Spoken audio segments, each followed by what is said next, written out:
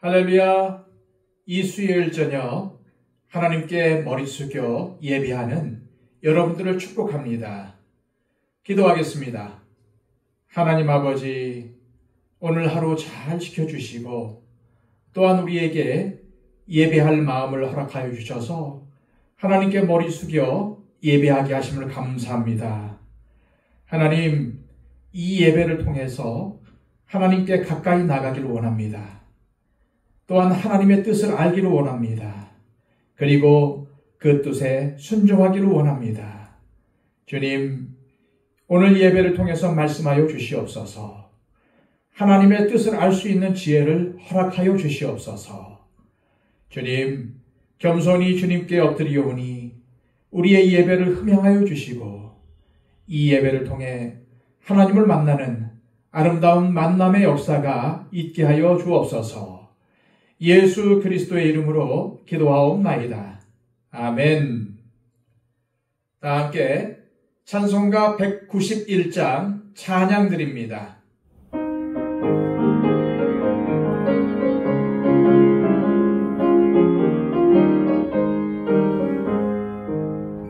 내가 매일 기쁘게 순리의 길을 행하는 주의 팔이 나를 안보함이요, 내가 주의 큰 복을 받는 참된 비결은 주의 영이 함께함이라. 성령이 계시네, 할렐루야 함께하시네. 좁은 길을 걸으며 밤낮 기뻐하는 것 주의 영이 함께함이라.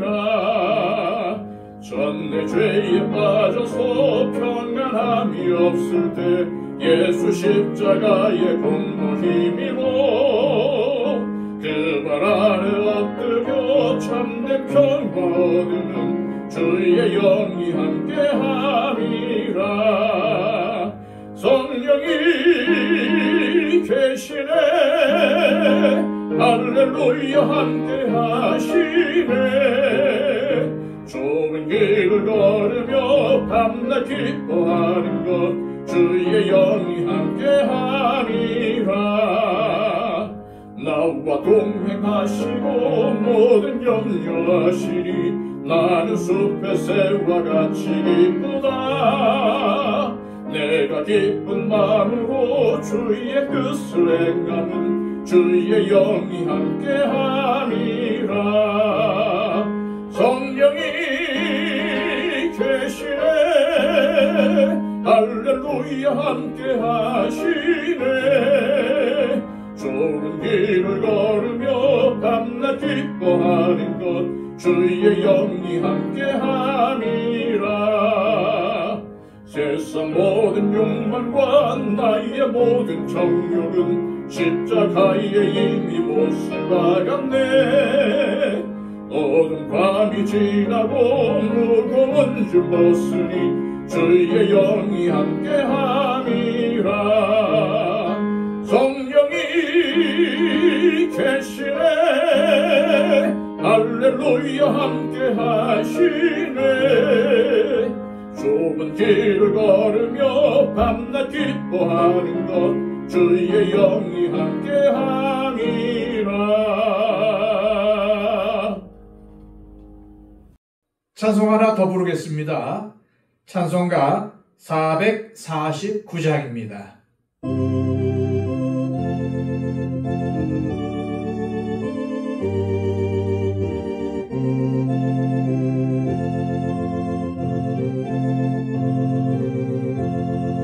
예수 따라가며 복음 순종하면 우리 행할 길 화하겠네. 주를 의지하며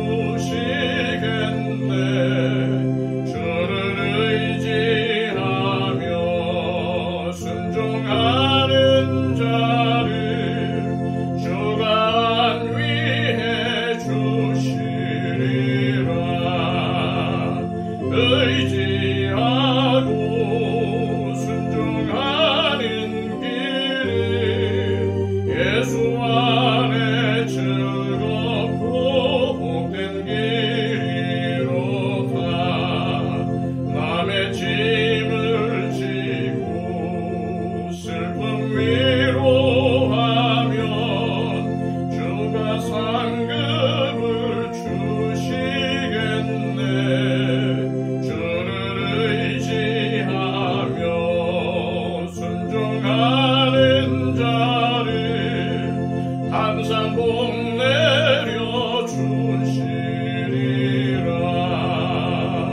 의지하고 순종하는 길이 예수 안에 즐겁고 복된 길이로다. 우리 받은 것을 주께 받으리면 우리 기쁨이 넘치겠네. 주를 의지하며 순종하는 자를 은혜 풍성케 하시리라. 의지하고 순종하는 길은 예수 안에 즐겁고 복된 길이로다. 주는 힘이어서 말씀 잘 배우고 주를 모시고 살아가세. 주를 의지하며 항상 순종하면 주가 사랑해 주시리라. 의지하고 순종하는 길은 예수 안에 즐겁고 복된 길이로다.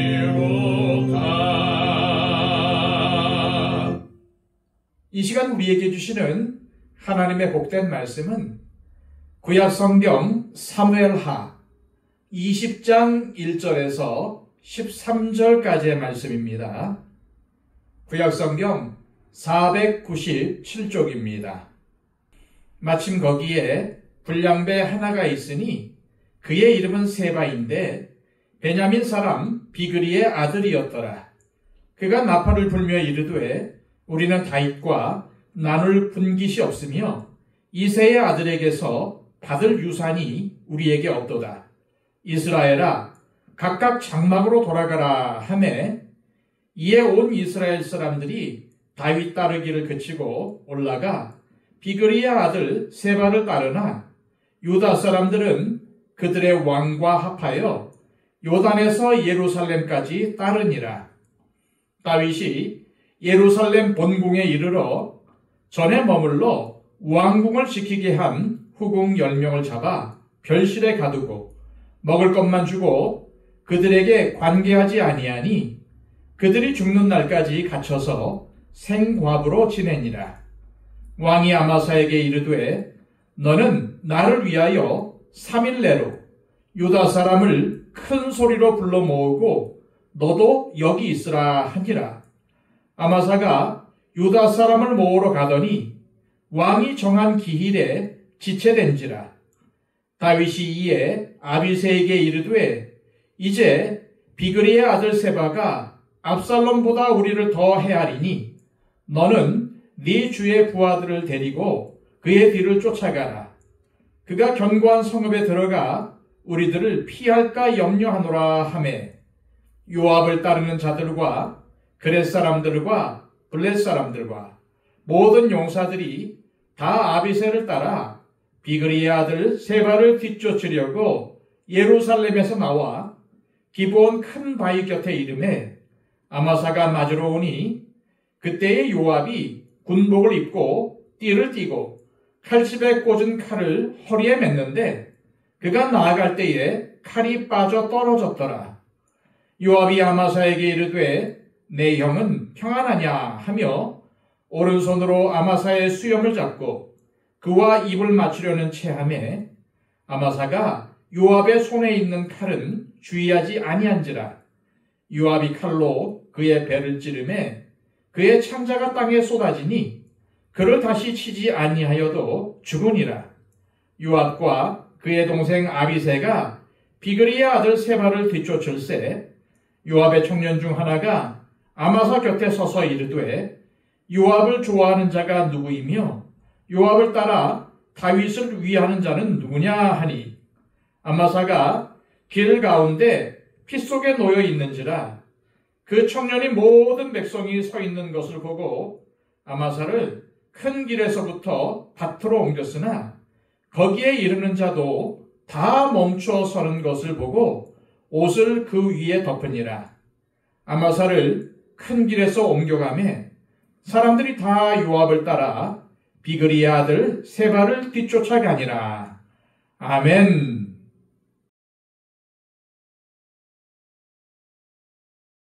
닥친 어려움을 간신히 극복했는데 바로 이어 또 다른 시련이 닥치는 것을 보통 산 넘어 산이라고 표현합니다. 사실 한 가지 어려움만 겪어도 진이 다 빠지는데 그것을 극복한 후 또 다른 어려움이 닥친다면 절망할 수밖에 없습니다. 뭔가를 이루려고 할 때도 마찬가지입니다. 이것만 해결되면 내가 뭔가 되겠다 했는데 그것을 이루고 나니까 처리해야 할 것이 또 있는 겁니다. 그러면 정말 맥이 빠질 수밖에 없습니다. 그렇다면 어려움이 닥칠 때 가장 중요한 것이 무엇이겠습니까? 능력이겠습니까? 아니면 지혜겠습니까? 물론 능력도 필요하고 지혜도 필요하지만 가장 중요한 것은 상황에 대한 우리의 마음입니다. 마음가짐이 가장 중요합니다. 왜냐하면 인간의 악한 행동은 악한 마음에서 나오고 선한 행동은 선한 행동에서 나오기 때문입니다. 따라서 오늘 말씀을 함께 살펴보면서 다른 것들은 생각하지 마시고 말씀 앞에서 나의 마음을 돌아보며 주님께서 기뻐하시지 않는 부분이 있다면 변화되기로 결단할 수 있기를 소망합니다. 지난 시간 압살롬의 반역이 평정이 되고 압살롬이 죽자 앞장서서 다윗을 왕으로 복귀시키고 영접한 유다 사람들과 그 과정에서 소외된 많은 이스라엘 사람들이 갈등하는 장면을 보았습니다. 다윗이 유다 지파니까 아무래도 유다 지파 사람들이 다른 지파와 상의없이 독단적으로 그를 다시 모셔왔습니다.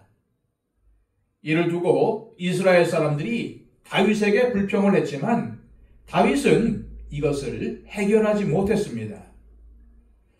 압살롬의 반란 이후 새롭게 시작된 다윗 왕국에서 유다 사람들은 점점 세력이 커졌으며 나중에 다윗의 아들 솔로몬이 왕이 된 후 솔로몬은 유다 지파를 우대하는 정책을 씁니다.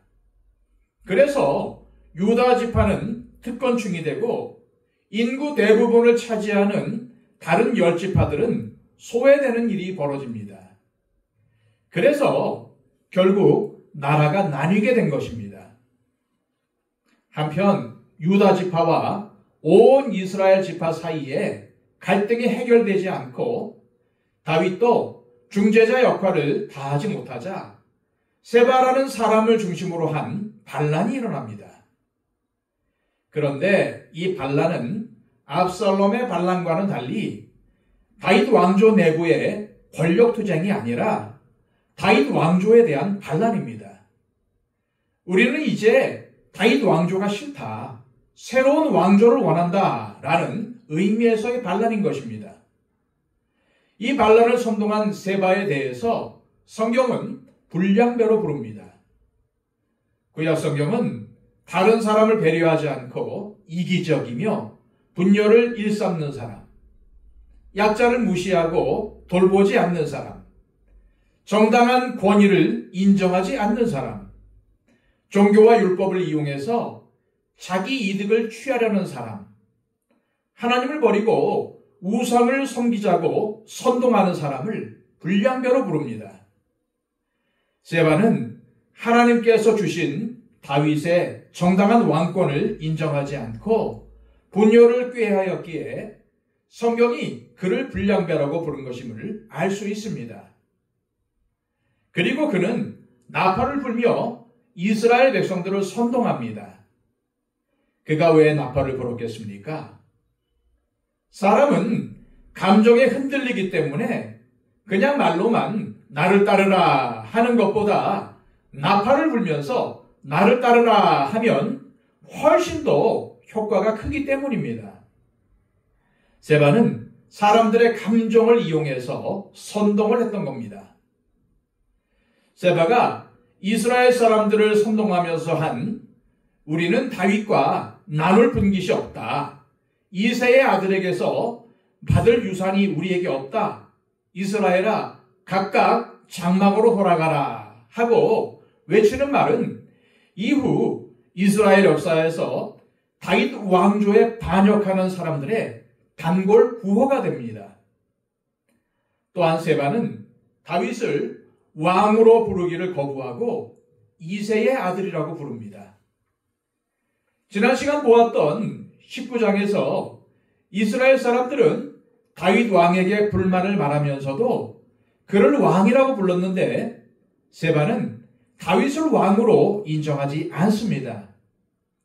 또한 세바는 자신들은 다윗 왕에게 10몫의 지분이 있다고 주장한 이스라엘 지파들과는 반대로 다윗에게 어떠한 지분이나 유산이 없다고 주장합니다. 즉 다윗과 자신은 아무런 관계도 없다는 의미입니다. 따라서 세바는 이스라엘아 각각 장막으로 돌아가라 하고 외치며 다윗에게 어떠한 세금도 내지 말고 부역도 거부하라고 백성들을 선동합니다. 그리고 그의 그러한 선동은 성공을 거둡니다. 2절입니다. 이에 온 이스라엘 사람들이 다윗 따르기를 그치고 올라가 비그리의 아들 세바를 따르나 유다 사람들은 그들의 왕과 합하여 요단에서 예루살렘까지 따르니라. 여기서 우리는 이 말씀에 우리 자신을 비추어 보아야 합니다. 나는 선동한 적이 없다라고 쉽게 생각할 수도 있지만 그게 아닙니다. 나도 모르는 사이에 내가 다른 사람들을 부추기는 경우가 있습니다. 특히 사실이 아닌 것을 부풀려 다른 사람들의 마음을 흔들면서 이득을 취하려는 행동이 내게는 없는가를 돌아봐야 하는 것입니다. 방금 읽은 말씀엔 비그리의 아들을 따르는 무리를 온 이스라엘 사람들이라고 표현합니다. 그리고 다윗을 따르는 유다 사람들은 요단에서 예루살렘까지 따랐다고 말합니다. 그러니까 유다 사람들의 지경을 예루살렘에서 요단까지로 국한한 것입니다. 물론 원래의 의미는 유다 지파 사람들이 길갈 근처 요단강에서부터 예루살렘까지 다윗 왕을 호위했다는 말이지만 요단에서 예루살렘까지라는 표현은 전체 이스라엘을 의미하는 단에서부터 부엘사베까지라는 표현과는 대조되는 말입니다. 따라서 요단에서 예루살렘까지라는 표현은 전 이스라엘을 아우르는 단에서부터 부엘세베까지라는 표현과 대조적으로 이제 세바의 반역으로 다윗의 통치가 이스라엘 전국에 미치는 게 아니라 아주 작은 범위로 줄어들었음을 암시하는 말입니다. 그런데 반란이 성공했음에도 불구하고 세바가 왕이 되었다는 말은 없습니다. 이것으로 보아 세바는 압살롬과는 달리 이스라엘 사람들에게 왕으로 기름 부음을 받지 못했다는 것을 알 수 있습니다. 그렇다면 왜 세바가 왕이 되지 못했을까요? 성경에서 그를 비그리의 아들 세바라고 부르는 것에 그 열쇠가 있습니다. 비그리는 사람의 이름이기보다는 종족의 이름입니다. 그러므로 비그리의 아들이라는 말은 비그리 종족에 속한 사람이라는 뜻입니다. 비그리 종족은 베냐민 지파 내에서 정치적인 입지도 약하고 힘이 없는 핵심에서 먼 사람들이었을 것입니다.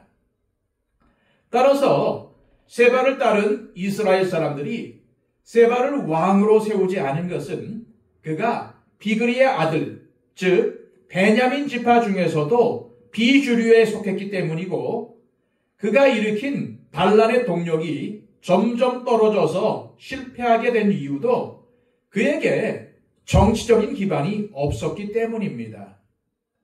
그래서 처음에는 반짝하다가 결국 실패하고 만 것입니다. 한편 예루살렘에 도착한 다윗은 압살롬에게 쫓겨 예루살렘을 떠날 때 궁에 남겨두고 떠났던 10명의 후궁들을 가택 연금에 처합니다. 그리고 그들에게 음식과 생활에 필요한 것들을 공급했지만 그들과 관계하지 않습니다. 그래서 그 후궁들은 죽을 때까지 생과부로 살아야 했습니다. 그런데 다윗이 후궁들에게 행한 일이 세바의 반란을 이야기하는 중간에 끼어든 이유가 무엇일까요? 다시 말해 그냥 세바가 어떻게 되었다고 말하면 되는데 왜 후궁에 관한 이야기가 들어있는 걸까요? 굳이 후궁에 관한 이야기가 여기 들어가 있는 것은 그 숫자에 힌트가 있습니다. 후궁의 숫자가 몇 명입니까? 10명입니다. 따라서 다윗이 후궁들에게 한 일은 세바의 반역에 동참한 10몫의 지분을 가진 이스라엘 백성들에게 다윗이 어떻게 할지를 미리 보여주는 상징적인 의미가 있는 것입니다. 구약 성경에는 이런 표현들이 아주 많습니다. 다시 말해 숫자라든지 언어 유희를 통해 의미를 전달해 주는 경우가 매우 많다는 말입니다.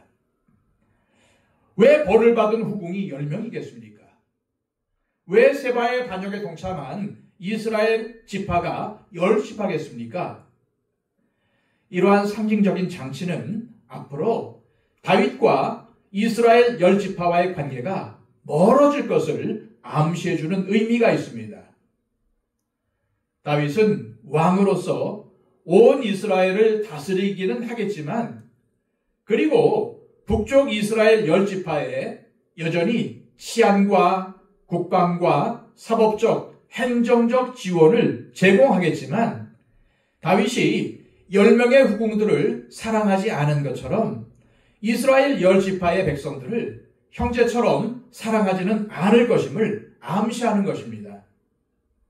또한 이는 더 이상 다윗이 이전처럼 온 백성에게 사랑받는 왕이 아니라는 것을 의미하고 그가 나이가 들어서 힘이 약해졌을 때 또 한 번의 반란이 일어날 가능성을 암시해 줍니다. 다윗이 비록 큰 죄를 저지르기는 했지만 그는 하나님의 마음에 맞는 사람, 하나님이 사랑하시는 사람이 아닙니까? 이스라엘 온 역사를 통틀어 다윗보다 훌륭한 왕은 없습니다. 그런데도 다윗의 잘못과 약점이 반복되어 나오는 이유는 아무리 사람들이 보기에 훌륭해 보이는 사람도 하나님의 기준에는 못 미친다는 것을 계속 보여주려는 것입니다. 다시 말해 사람들이 아무리 저 사람은 법 없이도 살 사람이다, 저 사람은 예수 안 믿어도 천국에 갈 사람이다 라고 말해도 하나님께서 보실 때는 어림도 없고 전혀 미치지 못한다는 겁니다. 그래서 결국 하나님이 인간이 되어 오신 것입니다. 그분이 누구십니까? 바로 우리 구주 예수 그리스도이십니다.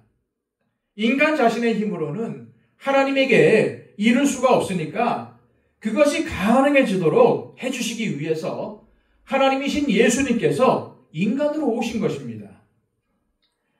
한편 다윗이 10명의 후궁들을 가택 연금시키고 그들과 관계하지 않은 것은 그들을 미워해서라기보다는 압살롬이 한때 이스라엘의 왕이었다는 사실을 공식적으로 부정하기 위해서입니다. 다시 말해 정치적인 이유라는 말입니다. 그렇게 함으로써 이스라엘 역사에서 압살롬은 쿠데타에 성공해서 왕이 된 사람이 아니라 그저 다윗에게 반역한 반역자로 기억되게 만든 것입니다. 다윗의 이런 정치적인 조치들, 이런 술수와 방법 등을 통해 우리가 보아야 할 것은 다윗도 우리와 다를 바 없는 사람이었구나 에서 머무는 게 아니라 나도 그런 사람이 아닌가 하는 것을 보아야 한다는 것입니다. 또한 유다 사람들과 이스라엘 사람들은 다윗을 다시 왕으로 모시는 일에 갈등이 생겼고 결국 그러다 갈라졌습니다. 우리는 이것을 보면서 근본적인 문제를 해결하지 않은 채 그냥 일을 진행하면 오래가지 못한다는 사실을 배워야 합니다. 우리에게 어떤 문제, 특히 인간관계에서 문제가 생겼을 때 대충 덮고 적당히 거리를 두며 살면 절대 문제가 해결되지 않습니다. 확실하게 짚고 넘어가야 합니다. 문제를 해결하기 위해서 노력을 해야 하고 결과는 주님께 맡겨야 합니다. 다시 말해 결과는 주님께 맡기지만 최선의 노력을 다해야 한다는 것을 기억하시기 바랍니다. 한편 다윗은 세바의 반란을 진압하기 위해 요압 대신 군 지휘관이 된 아마사를 불러서 사흘 안에 유다 사람들을 동원해서 예루살렘에 대기하라고 명령합니다. 동원 범위가 유다 지파에만 국한되기 때문에 사흘이란 기간은 충분한 기간이었습니다. 하지만 아마사는 다윗이 정한 날짜가 되어도 예루살렘으로 돌아오지 않는 겁니다. 그러자 다윗이 어떻게 대처합니까? 6절입니다. 다윗이 이에 아비새에게 이르되 이제 비그리의 아들 세바가 압살롬보다 우리를 더 헤아리니 너는 네 주의 부하들을 데리고 그의 뒤를 쫓아가라. 그가 견고한 성읍에 들어가 우리들을 피할까 염려하노라 하매. 다급해진 다윗은 요압의 동생 아비새에게 세바를 추격하라고 명령합니다. 절대 요압을 부르지 않습니다. 이것은 아주 의도적입니다. 요압이 자신의 말을 듣지 않기 때문입니다. 우리는 나에게도 이러한 마음이 없는지 돌아봐야 합니다. 다윗은 압살롬이 어떻게 죽었는지 정확히 알지 못합니다. 하지만 그 중심에는 요압이 있다고 확신했습니다. 이는 다윗이 세바의 반역을 압살롬보다 더 재앙적인 것으로 말한 것에서 알 수 있습니다. 다윗은 세바의 반란이 압살롬에 비하면 아무것도 아닌데도 엄청날 것이라고 과장합니다. 압살롬이 왕으로 기억되는 것은 막았지만 다윗은 아버지로서 아들 압살롬을 사랑했기 때문에 그를 죽인 요압을 용서할 수 없었던 것입니다. 다윗이 아비새에게 명령할 때 너는 이라고 하는데 이는 요압이 아니라 아비새, 너라는 의미가 있습니다. 요압이 아니라 아비새, 네가 해야 한다는 의미입니다. 그런데 아비새가 이끄는 부대는 요압을 따르는 자들과 그렛 사람들과 블렛 사람들과 모든 용사들이었습니다. 이들은 블레셋 출신의 용병을 포함한 다윗의 최정예 부대를 가리킵니다. 유다 지파에서 군대를 모집하기 위해 떠난 아마사가 정한 기한 내에 돌아오지 않으니까 다윗은 자신의 최정예 군대를 보낸 것입니다. 여기서 흥미로운 것은 요압을 따르는 자들이라는 표현입니다. 다윗은 아비새에게 네 주의 부하들, 즉 다윗 자신의 부하들을 데리고 세바를 추격하라고 명령했는데 7절에서는 이들을 요압을 따르는 자들이라는 말로 표현했습니다. 이는 이들이 요압이 이끄는 부대였다는 뜻입니다. 성경은 의도적으로 요압을 따르는 자들이라는 표현을 사용함으로써 세바를 추격하는 군대의 실질적인 리더가 아비새가 아니라 요압임을 암시해주고 있습니다. 아비새가 이끄는 정예부대는 기브온에 있는 큰 바위 곁에서 대기합니다. 그런데 그때 아마사가 나타납니다. 아마사는 왜 정한 날까지 예루살렘에 돌아오지 못한 것일까요?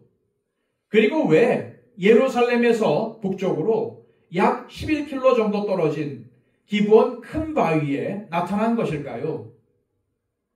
유다 사람들을 모으려고 했다면 남쪽에 유다 지역을 다니며 거기 있었어야 했는데, 그런 그가 북쪽인 기브온에 있었다는 것은 무슨 의미입니까?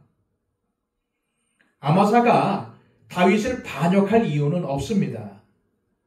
아마사는 압살롬의 군 지휘관이었지만은 압살롬을 그렇게 적극적으로 도운 것 같지는 않습니다. 그리고 다윗이 그를 군 지휘관으로 임명한 것은 며칠 전의 일이며 세바의 반란을 진압하라는 명령이 그의 첫 번째 임무였을 가능성이 큽니다. 이처럼 다윗을 배반할 이유가 전혀 없는 아마사가 기브온에 나타났다는 것은 누군가가 그를 그리로 오라고 한 것입니다. 그 누군가가 누구이겠습니까? 요압입니다.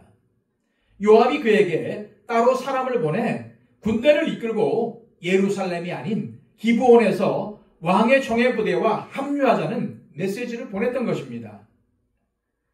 이전에 요압은 다윗과 협정을 맺고 자기 집으로 돌아가는 아브넬을 거짓말로 유인해서 헤브론으로 데리고 온 후 암살했는데, 여기서도 똑같은 방법을 쓰려고 하는 것입니다. 어떤 이유였든 아마사는 다윗이 준 임무를 제대로 수행하지 못하고 기브온 큰 바위로 옵니다. 그런데 놀랍게도 이 기브온 큰 바위는 이전에 엄청난 사건이 벌어졌던 곳입니다.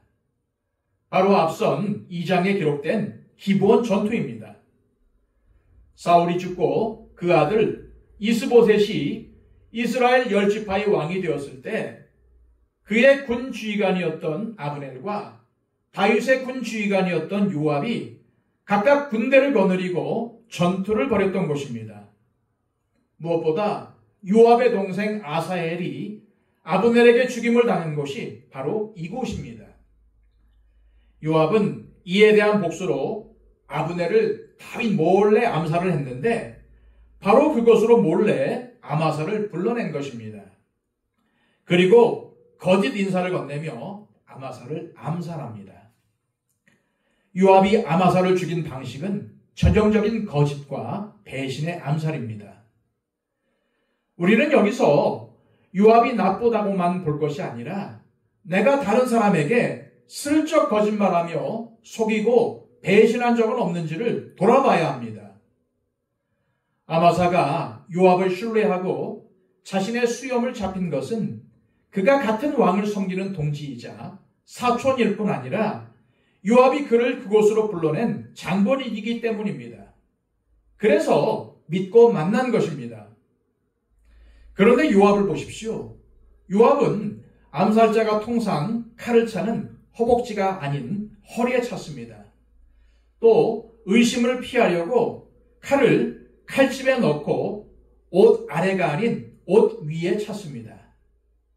그러나 요압은 아마사에게 나아갈 때에 일부러 칼집을 떨어뜨립니다. 이제 칼은 칼집이 빠진 채로 요압의 허리에 있습니다. 요압은 아마사를 맞이하며 내 형은 평안하냐라고 인사하면서 오른손으로 아마사의 수염을 잡았습니다. 오른손잡이는 칼을 오른손으로 휘두르는데 오른손으로 수염을 잡으니까 아마사는 어떠한 의심도 하지 않았을 것입니다. 요압이 자신을 공격하려고 했다면 왼손으로 수염을 잡았을 것이기 때문입니다. 그래서 아마사는 요압의 칼에 그다지 주의를 기울이지 않았던 겁니다. 하지만 그때 요압은 아마사의 복부를 칼로 찔렀고 아마사는 즉사했습니다. 두 번 찌를 필요도 없다고 나와 있습니다. 이는 요압의 칼솜씨를 말하라는 것이 아니라 요압이 이 순간을 위해서 얼마나 많이 연습했는가를 말해줍니다. 오른손이 아닌 왼손으로 찌르려고 얼마나 연습을 했겠습니까? 이 장면을 추측해보면 요압은 허리에서 칼을 뽑지 않고 단지 칼끝을 아마사 방향으로 향해 찔렀던 것으로 보입니다. 이 칼은 긴 칼이 아니라 단검 같은 겁니다. 그러니까 가까이에서 찔러야 효과가 있는 것입니다. 그래서 인사하는 척하며 허리에 칼을 찬 채로 그대로 찌르는 연습을 엄청나게 한 것입니다. 노력을 많이 한 것은 좋은데 악한 것을 위한 노력이었습니다. 만일 우리가 나쁜 일, 하나님께서 기뻐하시지 않는 일에 성공하려고 연습을 많이 한다면 그것은 연습이라고 부르기 어려울 것입니다. 아마사가 죽은 후의 상황을 성경은 이렇게 묘사하고 있습니다. 요압과 그의 동생 아비새가 비그리의 아들 세바를 뒤쫓을세. 아마사의 암살 이후 성경은 이제 실질적인 대장은 요압이라는 것을 밝히고 있습니다. 아마사가 없어지니까 요압은 실질적으로 다윗 군대의 사령관의 역할을 감당합니다.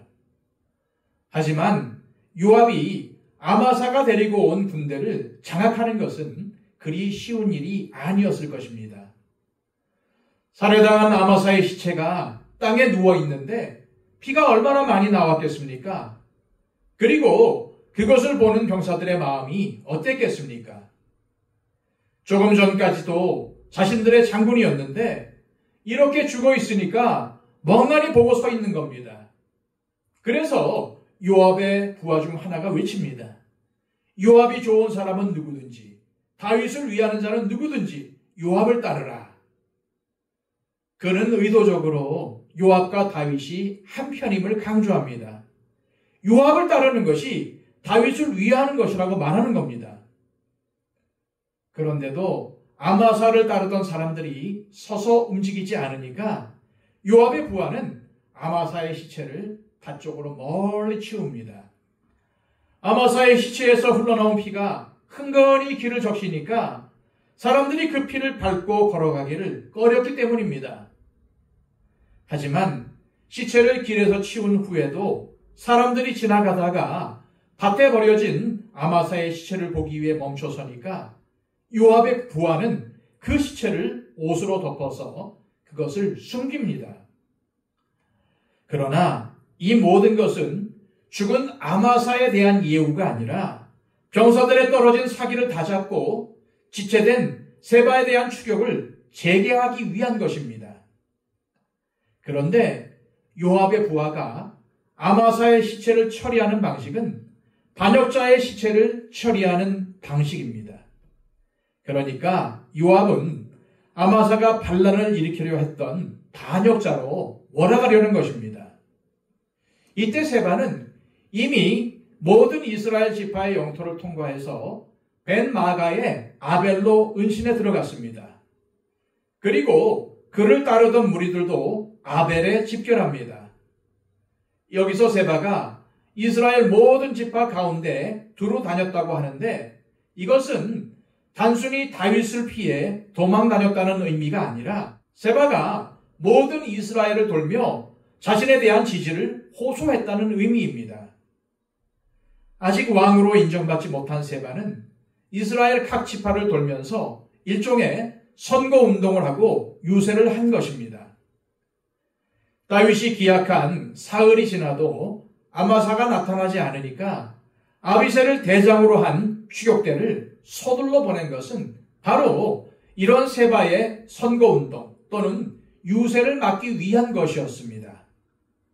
하지만 이후에 전개되는 이야기로 미뤄볼 때 세바는 전체 이스라엘 지파의 지지를 얻지 못한 것으로 보입니다. 그래서 그가 벤 마아가 아벨에 토성을 쌓고 숨었다는 소식이 다윗 진영에 퍼졌고 결국 거기서 그는 허망하게 죽임을 당하고 맙니다.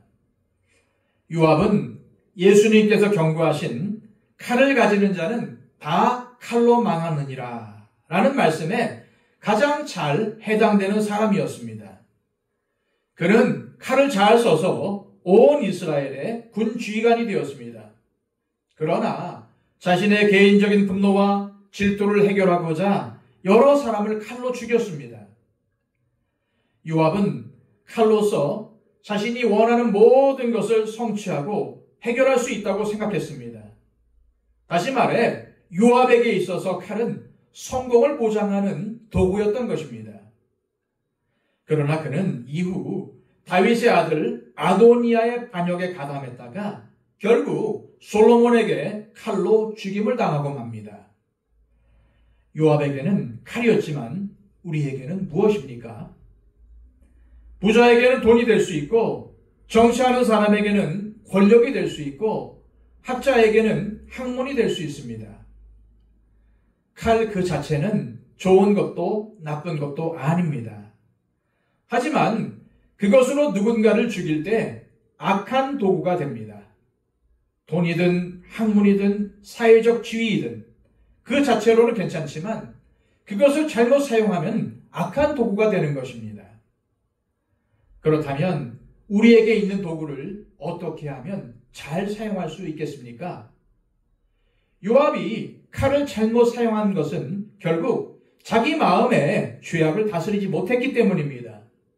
칼이 문제가 아니라 요압의 마음속에 있었던 분노, 경쟁, 시기, 질투, 미움, 교만, 폭력 같은 것이 문제였다는 말입니다.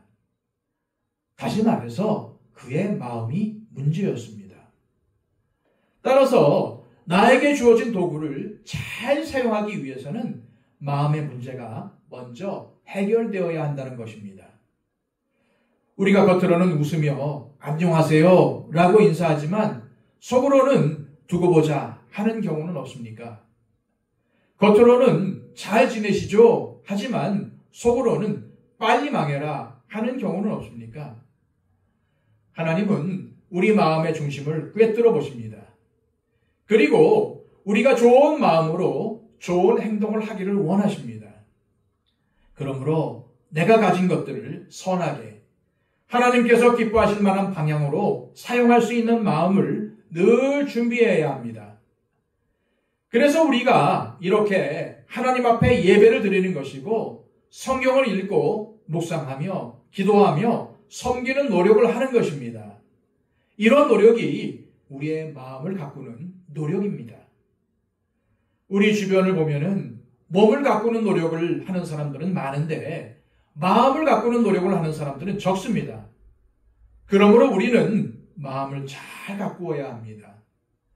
믿음의 사람으로서 세상의 방법이 아니라 주님의 방법으로 성공하여 주님께 기쁨이 되는 우리가 될 수 있기를 축복합니다. 기도하겠습니다. 아버지 하나님, 오늘 말씀을 통해서 말씀에 우리의 자신을 비춰보게 하심을 감사합니다. 요압이 악한 행동을 한 것은 그 마음에 악한 마음이 있었기 때문입니다. 다시 말해서 자신의 마음을 다스리지 못하고 자신에게 있는 도구로 사용하여서 악한 행동을 했기에 그는 악인으로 기억되고 말았습니다. 하나님 아버지께서 우리의 마음의 중심을 꿰뚫어 보신다는 사실을 항상 기억하며 살게 하여 주시고 우리가 요압처럼 악한 마음을 품는 사람이 아니라 다윗처럼 하나님의 마음에 맞는 사람이 되어서 우리에게 있는 도구들을 사용하여서 하나님께서 기뻐하시는 선한 일을 이룰 수 있도록 인도하여 주옵소서. 예수 그리스도의 이름으로 기도하옵나이다. 아멘.